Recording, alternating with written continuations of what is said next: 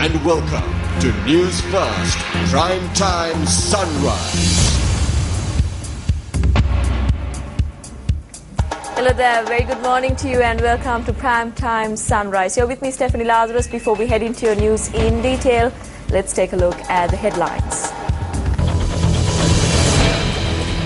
90 persons die owing to the dengue epidemic. 43,000 dengue cases reported during the year. Mahilan Sangha bid farewell to ODI format of cricket in their last match in home soil today. And finally, on international news, 16-hour siege at a Sydney cafe ends after the shooting and killing of gunmen.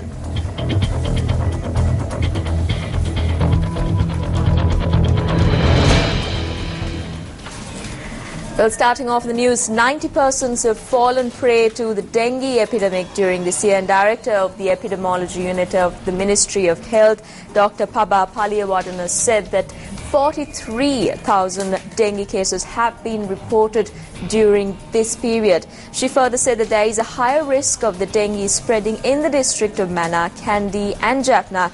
And the director went on to say that a national dengue control program will be conducted covering these areas on the 18th, 19th and the 20th of this month. Now, speaking to News First early in the day, Dr. Pabba Paliyawardena of the Epidemiology Unit had this to say. From 18th of this month, so it will be a 3-day program. So again, we are visiting premises with the armed forces, police, and our health staff is visiting premises in the Western Province, in Jaffna, Mana, and Kandy, because these districts have been identified as high-risk districts where we had a large number of cases reported. For the total number of cases this year, we have more than 43,000 cases reported from the whole island. And in fact, Western Province has reported the highest number. And the districts that I have mentioned, the Jaffna and Kandy, are at high risk right now. So this particular program would be, again, a cleaning up campaign. So encouraging residents to keep their premises clean. So we will be targeting more than 25,000 houses this time again in these 3 days. And there would be 700 teams deployed to see the mosquito breeding places and encouraging the residents and maybe the official premises and the public places also will be included in this particular program. With the rains, again, we have observed an increase of the dengue in these mentioned areas. More than 43,000 cases reported during this year up to now, and also there were 90 deaths reported altogether.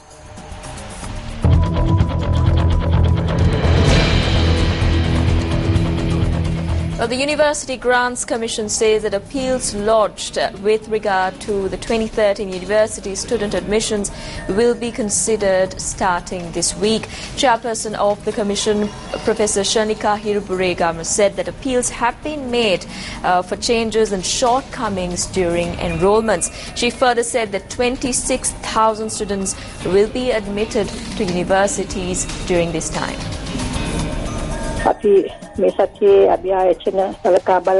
We will take the appeals to consideration this week, and therefore we will notify the students as to whether they could be implemented. Students have enrolled to various diplomas and degree programs at present. Results of 2014 advanced level examinations will be released in 2 weeks, and we are hoping to release the books courtesy of the University Grants Commission subsequently. Thereafter, we will call in for applications. We are hoping to enroll the students to universities in either June or July in the coming year. ළමයින් 2015 ජූනි ජූලි වල විද්‍යාලවලට ඇතුළත් කිරීමට බලාපොරොත්තු වෙනවා.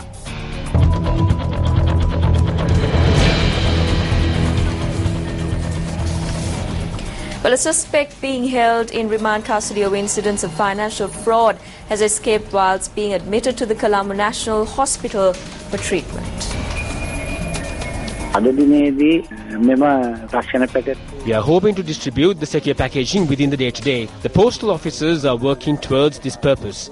We have assigned a large team to carry out this task, so we are hoping to distribute these secure election packages to relevant locations without delay before the postal elections.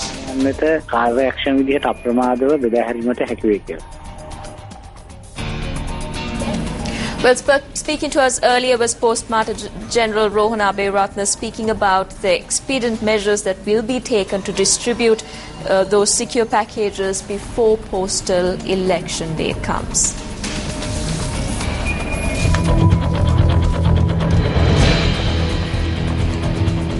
Well, like I mentioned earlier, a suspect being held in remand custody over incidents of financial fraud had escaped whilst being admitted to the Colombo National Hospital for treatment. Prison Commissioner General Chandaratna Pallegama said that the prisoner had escaped this morning and the prisoner was previously transferred to the hospital from the Kalutara prison. The Commissioner General said that the prisoner who escaped has 35 cases filed against him in court. He further said that an investigation will be launched into the incident through the Commissioner of Prisons Intelligence today.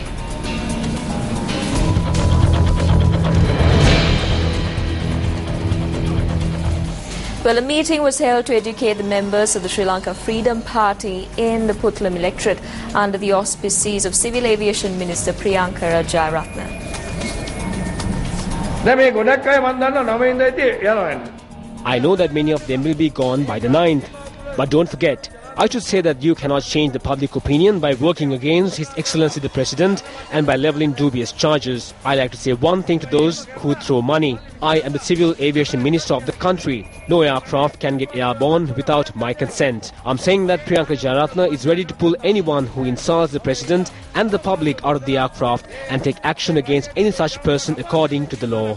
මේ රටේ ජනතාවට අපහසු කෙනෙක් ඉන්නවා නම් ගුවන්නානින් ඉලට ඇදලා රටේ නීතියට කටයුතු කරන්න ප්‍රියංක රජාරත්න ලෑස්ති කියන එක විතරේ මම කියනවා.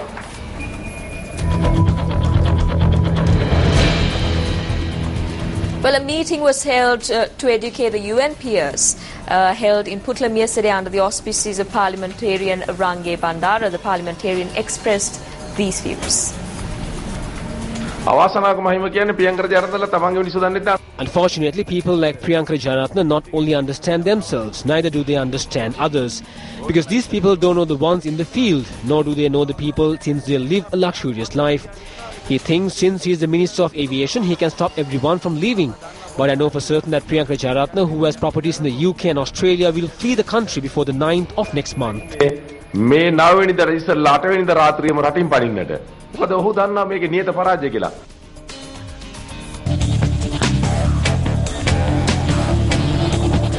On to a headline-making story. Mahela Jayawardene will bow out in style as a Sri Lanka batsman gears up for his final ODI on home soil against England today. He said that it was an extraordinary experience to play his debut and final ODI at the R. Premadasa Stadium in Colombo. Speaking at a press conference, Jayawardene, one of the outstanding batsman, fielders and captains of his generation, is to retire after the 2015 World Cup, marking the end of a 17-year-long career. The 37-year-old has played in a total of 428 one-day internationals. As captain, he was instrumental in guiding Sri Lanka to the final of the 2007 World Cup. Sadly for Sri Lanka, today's ODI could also be the last time Sri Lanka will see Kumar Sangakkara play ODI cricket on home soil.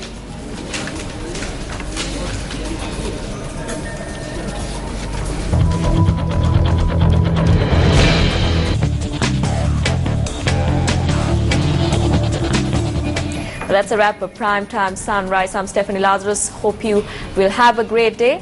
Join us again at 8:55 as we keep you on the know of the latest. Hotline 0114-896-896. www.newsfirst.lk. Feedback at newsfirst.lk.